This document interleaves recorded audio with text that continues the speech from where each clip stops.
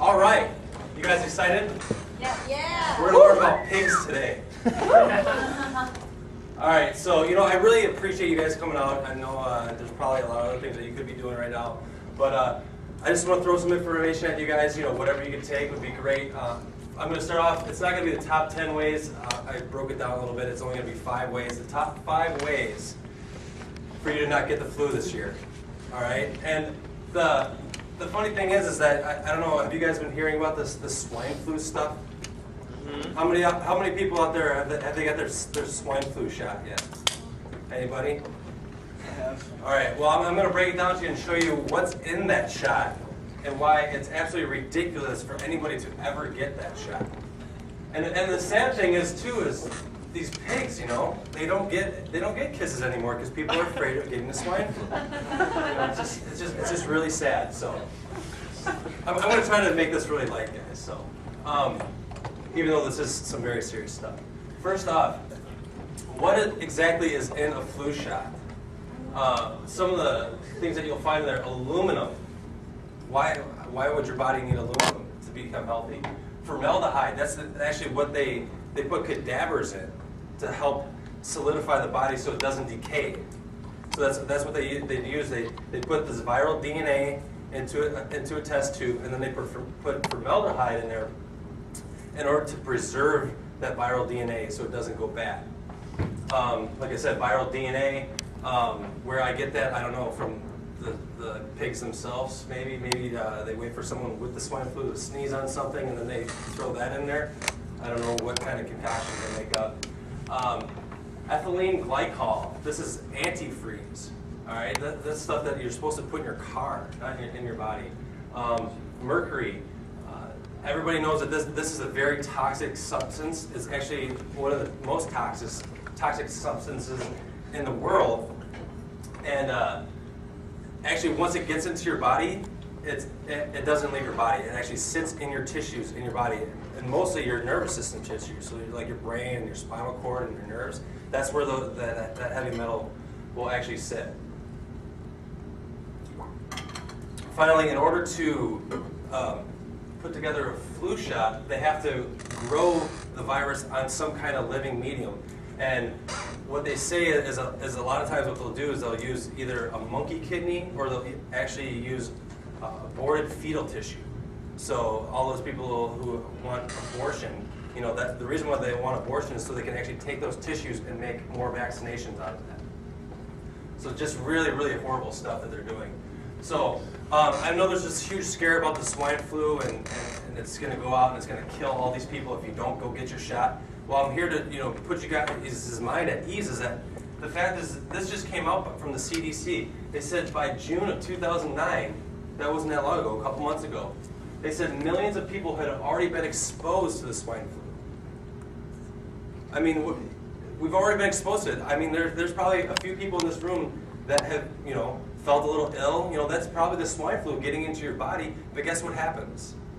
Your body has this amazing innate ability to fight off the swine flu, and you don't need a shot. You don't need to go get injected with all that crap that I had on that first slide because your body already fights it off. So, and the thing too is if they say 1 million people have already gotten the swine flu in their body, and by now they're saying it's probably close to 2 million people right now. So are we hearing of 2 million deaths from the swine flu?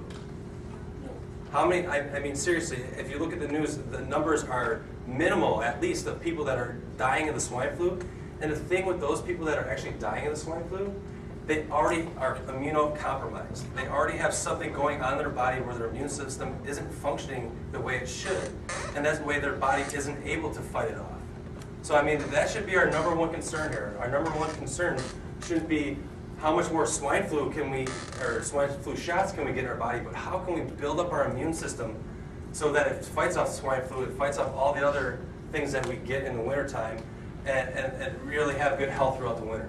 Because, I mean, that's when we have Thanksgiving and we have Christmas, and how many people want to be sick during Christmas and New Year's? Anybody here? All right, exactly. So I'm going to show you guys some other ways of how you increase your immunity and fight off those things. So, number one, exercise. Brandon did a great job earlier talking about exercise. But yeah, there's tons and tons of benefits from exercise. One of the key things is muscle contraction will actually help pump your lymph nodes. And your lymph nodes is one of the key systems in your body that helps distribute antibodies, different, what am I trying to say here? Different parts of your immune system that fight off the disease wherever it is in your body. So, you know, that's why it's so important to exercise that pumps your lymph nodes. Oxygen is obviously good for your body because whenever you are sick and you have to use your immune system to fight off something, it has to use your metabolism. It has to go through a lot of different processes, and in order for those processes to work, one of the key essential ingredients to those is oxygen. And the only way you're going to do that is through exercise. The only way you increase the amount of oxygen in your body is through exercise. Exercise helps eliminate toxins through your sweat, through, like I said, all the metabolism, helping all that stuff. Get rid of all the toxins in your body. It helps your immune system organs, you know, like your liver, your pancreas, all that through helping eliminate toxins. And simply that's through by increasing the blood flow through those organs. Also, it helps reduce stress. It helps increase and regulate hormones that actually help your immune system and helps fight off disease. Third thing, this is something that I really want to touch on a lot is the nutrition part. Eating alkaline foods is really important for your immune system as well. And the big thing that we're looking at here is keeping a proper pH. So what is a proper pH in your body? Does anybody know? You guys are very good, 7.4. That's exactly what you want. You want to be right in the middle. Down here, this means you're too acidic. This means you're too basic. All right. So what we want is right in the middle. All right. So what ends up happening is, did I get that wrong? Does it only go to 14? I don't know. All right. So the thing is bad bacteria and viruses will actually manifest themselves greater in an acidic environment. The thing is that you actually have bad bacteria in your body already, and the fact is that your body is actually fighting all that off because it isn't given an opportunity.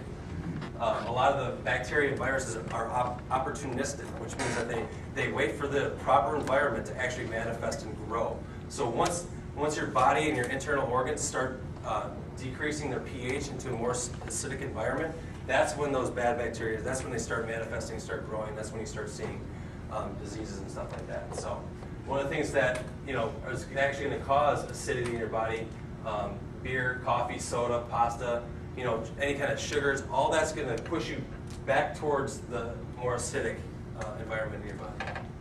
So I'm not saying to completely eliminate that from your diet. I'm sure, over the holidays and stuff like that, you guys are going to want to, partake in maybe a piece of cake or something like that. So I'm not saying to completely get rid of that. It's all a matter of finding a balance. What is the balance for you? My balance, I'm going to try to eliminate every single bit of that from my diet and everything that I eat. But I mean, for some of you, that might be really hard. You have to have that coffee in the morning. But I mean, if you could just cut back a little bit, it's definitely going to help you create a better immunity in your body. It's going to help your body fight off diseases better. And that's the thing is once your body, listen to your body. Your body will tell you when it starts feeling sluggish and it's not feeling right. And when you do that, make sure that you're getting the proper nutrients. Make sure you're getting and eating better vegetables. You're eating better fruits and stuff like that. Superfoods, that's your green leafy vegetables. That's we actually have some supplements out front that actually you can take those, and that's a great supplement for green leafy vegetables. But your salads, your spinach, your broccoli, your kale. Kale's a really great one. It looks a lot like lettuce, and what I've been doing is I'll actually put that in my shake in the morning.